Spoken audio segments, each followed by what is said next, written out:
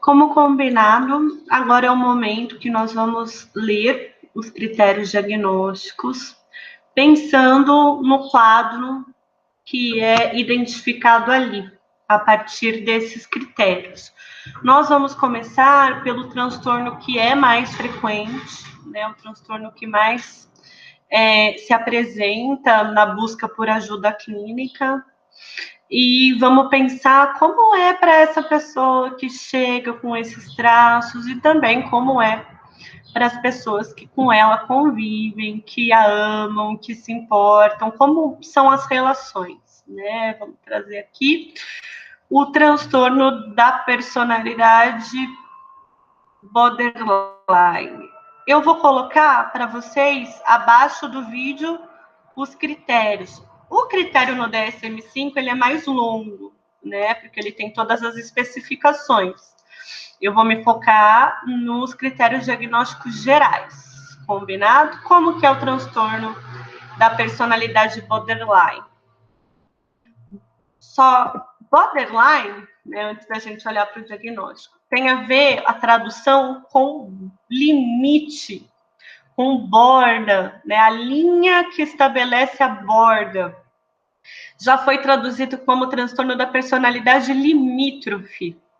Por quê? Porque as primeiras pessoas que propuseram esse diagnóstico observavam, a partir da perspectiva de orientação psicanalítica, e via que havia ali uma região limítrofe, uma região de fronteira entre os sintomas considerados neuróticos e os sintomas considerados psicóticos. Então havia assim um limite. A pessoa ela tinha uma forma de agir, de se relacionar aproximada da neurose, mas tinha também manifestações que se aproximavam da psicose, né? A questão do delírio, da alucinação, como a gente viu nos outros, existia como um limite quase para romper a realidade, mas não chegava a romper.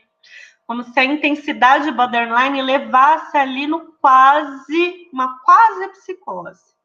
Né? E até hoje, né, essa ideia do limite, para quem trabalha com pacientes com transtorno da personalidade borderline, é como se estivesse sempre nesse quase, quase, a pessoa está a ponto de se machucar, está a ponto de fazer mal para si mesmo ou alguém, está a ponto de acontecer algo grave, está a ponto, é como se viver nesse limite, viver nessa borda. Então, a definição do DSM-5 é um padrão difuso de instabilidade nas relações interpessoais, da autoimagem e dos afetos, e de impulsividade acentuada que surge no início da vida adulta e está presente em vários contextos, conforme indicado por 5 ou mais dos seguintes. Então, aqui a gente pode gravar a questão da instabilidade e da impulsividade, né? Estamos trabalhando com pessoas instáveis nas relações e com a impulsividade. Primeiro, esforços desesperados para evitar abandono real ou imaginado. A questão do abandono é muito forte e a pessoa ela vai se relacionando como se o abandono pudesse acontecer a qualquer momento e ela se esforça. Seja porque existe a possibilidade de abandono real, né? Alguém fala, não, tá muito difícil, vamos nos separar, vamos romper. Não, tá muito difícil, eu preciso ir morar na minha casa, eu preciso ter a minha independência, eu preciso preservar minha sanidade, né? E aí a pessoa, ela age desesperadamente para evitar abandono real ou imaginado, né? Não existe alguém imaginando uma separação, um distanciamento, mas ela imagina que essa possibilidade de abandono está colocada, né? Lembra da ideia de borda, de limítrofe, né? Como se a pessoa estivesse sempre a ponto de ser abandonada e sempre agindo como se o abandono fosse algo iminente. Um padrão de relacionamentos interpessoais instáveis e intensos, caracterizado pela alternância entre extremos de idealização e desvalorização. né? Essa questão de, num momento, você é tudo, como você é maravilhosa, como você me completa, como você me faz feliz, para, em seguida, nossa, que lixo, que pessoa mais podre que você é, que pessoa mais destrutiva, você acaba comigo. Imagina para quem se relaciona com alguém com um transtorno da personalidade borderline, com essa questão de idealização e desvalorização oscilando entre a idealização e a desvalorização, a idealização e a desvalorização. Perturbação da identidade, instabilidade acentuada e persistente da autoimagem ou da percepção de si mesmo, né? A forma como a pessoa se vê também sofre oscilações, de se ver como maravilhosa, linda, amada, especial, se vê como um lixo, horrível, podre, destrutiva. Você vê que a relação da pessoa consigo mesma também oscila. Impulsividade em pelo menos 2 áreas potencialmente autodestrutivas, né? A pessoa vai e age de uma forma que pode trazer consequências destrutivas para ela, gastos, sexo, abuso de substâncias, direção irresponsável, compulsão alimentar. Como nessa ideia de alguém que vive no limite, vive na borda, é aquela pessoa da família que você atende o telefone e já fica preocupado com, né, o que a pessoa vai contar, em que situação de perigo ela se envolveu, em que situação com consequências danosas ela se envolveu. Recorrência de comportamento, gestos ou ameaças suicidas, ou de comportamento automutilante, né? Então, dentro dessa ideia de um abandono vai acontecer a qualquer momento, dentro da ideia de impulsividade, a gente não vai considerar nos outros critérios, porque tem o critério 5, justamente porque é tão frequente quando a gente atende, escuta alguém com transtorno da personalidade borderline, a pessoa fala, eu quero morrer, eu vou me matar, eu quero morrer, eu vou me matar, e tenta se matar, quando ela está oscilando nesse polo de eu sou um lixo, as pessoas são um lixo, as pessoas me abandonaram. E aí as tentativas são recorrentes, e aí ela retorna e fala, não, eu quero viver, eu gosto muito de viver. Existem oscilações, a intensidade emocional é muito forte. Né? A gente sabe que é cada vez mais comum que pessoas cheguem à clínica com essa prática de cortarem a si mesmas, né? De fazerem autolesões. Muitas relatam que fazer cortes em si, de se machucar, é um modo de alívio da dor, né? Uma sensação forte que é experimentada, que auxilia para aliviar uma dor também forte, sentida como insuportável, e esse corte vem para aliviar. Então, não é a presença de corte que a gente vai considerar como indício de transtorno da personalidade borderline. Existem muitas pessoas que se cortam e esses cortes podem ter diferentes sentidos, não é indicativo direto. Da mesma forma, a tentativa de suicídio, como nós conversamos, a tentativa de suicídio, conversamos em outras aulas, em outras oportunidades, a tentativa de suicídio pode estar em diferentes quadros, com diferentes sentidos.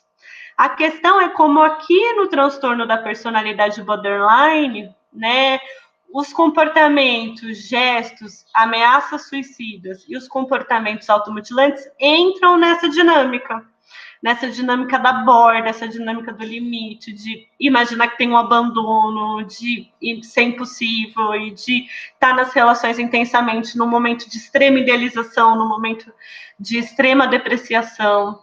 Entra nessa dinâmica de instabilidade, de impulsividade, de oscilação. Ok? Instabilidade afetiva devido a uma acentuada reatividade de humor. O humor também pode ser muito instável, muito intenso. Por exemplo, disforia episódica, irritabilidade ou ansiedade intensa, com duração geralmente de poucas horas e apenas raramente de mais de alguns dias. Então, existem episódios intensos de humor. Sentimentos crônicos de vazio.